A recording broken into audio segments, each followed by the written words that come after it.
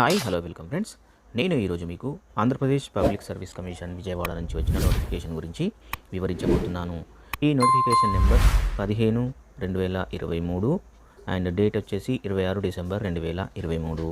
ఈ నోటిఫికేషన్ ద్వారా Andhra Pradesh pollution control బోర్డులో ఖాళీగా ఉన్న అసిస్టెంట్ ఎన్విరాన్మెంటల్ ఇంజనీరింగ్ వేకెన్సీలను భర్తీ చేయడానికి అవకాశం కలుగుతుంది. సో ఈ నోటిఫికేషన్కి అప్లై చేసుకోవాలి అంటే 18 ఇయర్స్ నుంచి 42 ఇయర్స్ వరకు ఉన్నవాళ్ళు ఎవరైనా అప్లై చేసుకోవచ్చు. ఈ ఏజ్ క్రైటీరియా అనేది 1 జూలై 2023 వరకు ఉండాలి. అంటే 1 జూలై 2023 వరకు 18 ఇయర్స్ తగ్గకుండా ఉండాలి. అదేవిధంగా 42 ఇయర్స్ పెరగకుండా ఉండాలి. ఈ పొజిషన్ని మీరు ఆన్లైన్లోనే అప్లై చేయాలి. అప్లికేషన్ చేయడానికి వెబ్సైట్ ఇచ్చారు, అది psc.ap.gov.in. ఇక్కడ చూడండి కనిపిస్తుంది. ఆ తర్వాత ఇంపార్టెంట్ డేట్స్ చూస్తే మనకు ఆన్లైన్ అప్లికేషన్ స్టార్ట్ అయ్యేది 30 జనవరి 2024, అంటే ఇంకా స్టార్ట్ అవ్వలేదు. నెక్స్ట్ ఇయర్ 30వ తారీఖు నుంచి స్టార్ట్ అవుతుంది. అదేవిధంగా దీనికి క్లోజింగ్ డేటు ఫిబ్రవరి 19, 2024. సో చాలా టైం ఉంది. మీరు ఎవరైనా అప్లై చేయాలనుకుంటే ప్లాన్డ్గా ప్రిపేర్ అవ్వచ్చు, అంత టైం ఉంది. అదేవిధంగా మీకు ఏమైనా డాక్యుమెంట్స్ లేకున్నా కూడా అరేంజ్ చేసుకునే అంత టైం కూడా మీకు దొరుకుతుంది. కాబట్టి తెలుగు వాళ్ళు ఎవరైనా కూడా ఈ పొజిషన్స్ని ఎట్టి పరిస్థితుల్లో కూడా మిస్ చేసుకోకండి. ఎందుకంటే ఈ పొజిషన్స్కి శాలరీ వచ్చేసి బేసిక్ శాలరీ 57,100 రూపాయల నుంచి స్టార్ట్ అవుతుంది. సో దీంతోపాటు మీకు ఆల్ అలవెన్సెస్ కూడా ఉంటాయి. ఇక్కడ చూడండి, టోటల్ నెంబర్ ఆఫ్ వేకెన్సీస్ 21 ఉన్నాయి. ఈ 21 పొజిషన్స్ అన్నీ కూడా డైరెక్ట్ రిక్రూట్మెంట్. మీరు డైరెక్ట్గా ఏపీ గవర్నమెంట్ ఆన్ రోల్లో పోస్టింగ్ అనేది దొరుకుతుంది. నెక్స్ట్ ఎలిజిబిలిటీ చూద్దాము. ఈ ఎలిజిబిలిటీలో all over India any state వాళ్ళు కూడా అప్లై చేసుకునే అవకాశం ఈ రిక్రూట్మెంట్ ద్వారా చేయబోయే వేకెన్సీస్కు ఉంటుంది. అంటే ఇండియాలో ఉన్న ఎనీ స్టేట్ వాళ్ళు కూడా అప్లై చేసుకోవచ్చు. దాంతోపాటు ఏపీ తెలంగాణ వాళ్ళు కూడా అప్లై చేసుకోవచ్చు. ఇండియన్ సిటిజన్ అయితే సరిపోతుంది. ఈ పొజిషన్కి ఎడ్యుకేషనల్ క్వాలిఫికేషన్ బ్యాచిలర్ డిగ్రీ ఉండాలి.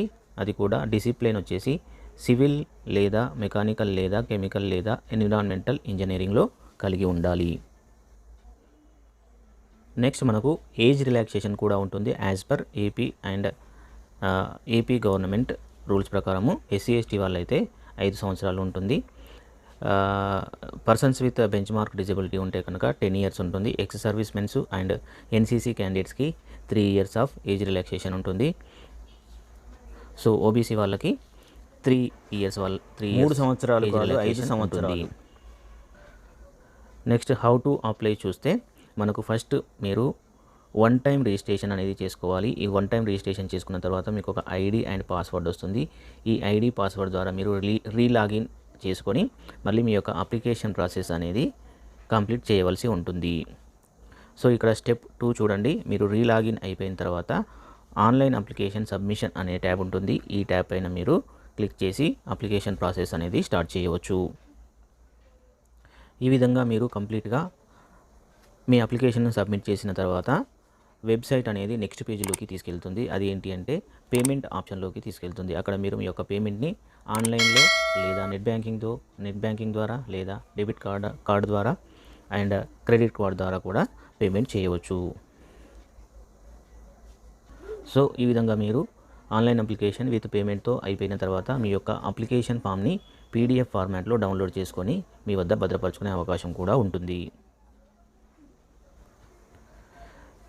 నెక్స్ట్ అప్లికేషన్ ఫీ అనేది 250 రూపాయలు అన్రిజర్వ్డ్ క్యాండిడేట్స్కి ఉంటుంది. అదేవిధంగా 120 రూపీస్ అనేది ప్రాసెసింగ్ టువర్డ్స్ ఎగ్జామినేషన్ ఫీ అనేది ఉంటుంది. ఈ విధంగా మొత్తం టోటల్గా 370 రూపాయలు అన్రిజర్వ్డ్ క్యాండిడేట్స్ కట్టవలసి ఉంటుంది.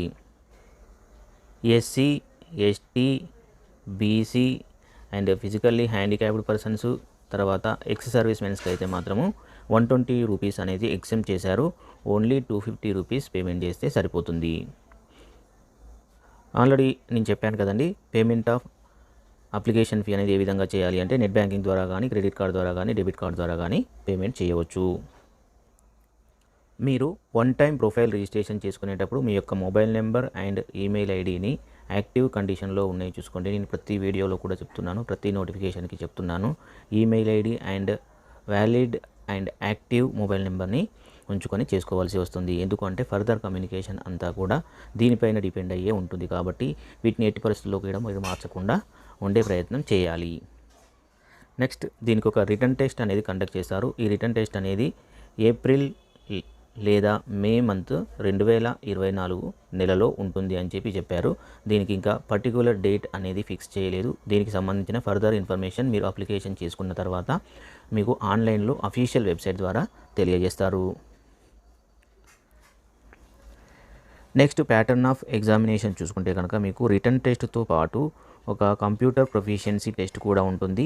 ఈ కంప్యూటర్ ప్రొఫిషియన్సీ టెస్ట్ ఏంటి అంటే మీ యొక్క కంప్యూటర్ లిటరసీ, మీకు కంప్యూటర్లో ఎంత నాలెడ్జ్ ఉంది అనేది చెక్ చేయడానికి కండక్ట్ చేస్తారు. ఈ ఎగ్జామ్కి సంబంధించిన ఎగ్జామినేషన్ సెంటర్స్ని ఈ నోటిఫికేషన్లో మెన్షన్ చేయలేదు. దీన్ని ఫర్దర్ తర్వాత ప్రాసెస్లో మెన్షన్ చేస్తామని చెప్పి నోటిఫికేషన్లో క్లియర్గా మెన్షన్ చేశారు. సో మీకు నోటిఫికేషన్ ద్వారా ఎగ్జామినేషన్ సెంటర్ అనేది తెలియదు. ఫర్దర్ మీ అప్లికేషన్ ప్రాసెస్ సబ్మిట్ చేసిన తర్వాత నెక్స్ట్ మీకు వెబ్ నోట్ ద్వారా కానీ లేదా అఫీషియల్ వెబ్సైట్ ద్వారా కానీ ఇంటిమేషన్ పబ్లిక్ చేస్తారు. ఎగ్జామినేషన్ కండక్ట్ చేసిన తర్వాత రిజల్ట్ అనేది ఆన్సర్ కీని వెబ్సైట్లో కూడా పబ్లిష్ చేస్తారు. మీరు దీన్ని చూసుకొని మీ యొక్క టెస్టింగ్ ఎబిలిటీ, మీరు ఏ విధంగా టెస్ట్ రాశారు, ఎన్ని మార్క్స్ వస్తాయి అనేది గెస్ చేసుకునే అవకాశం కలుగుతుంది. నెక్స్ట్ సెలక్షన్ ప్రొసీజర్ అనేది మీరు రాసిన రిటర్న్ టెస్ట్లో మెరిట్ ఆధారంగా మరియు కంప్యూటర్ ప్రొఫిషియన్సీ టెస్ట్ ఆధారంగా జరుగుతుంది. ఈ టెస్ట్లో OC, sports person and ex servicemen, EWS candidates అయితే మినిమం 40% మార్క్స్ అనేది స్కోర్ చేయాలి. బ్యాక్వర్డ్ క్లాసెస్ అయితే 35% క్లోజ్ చేయాలి.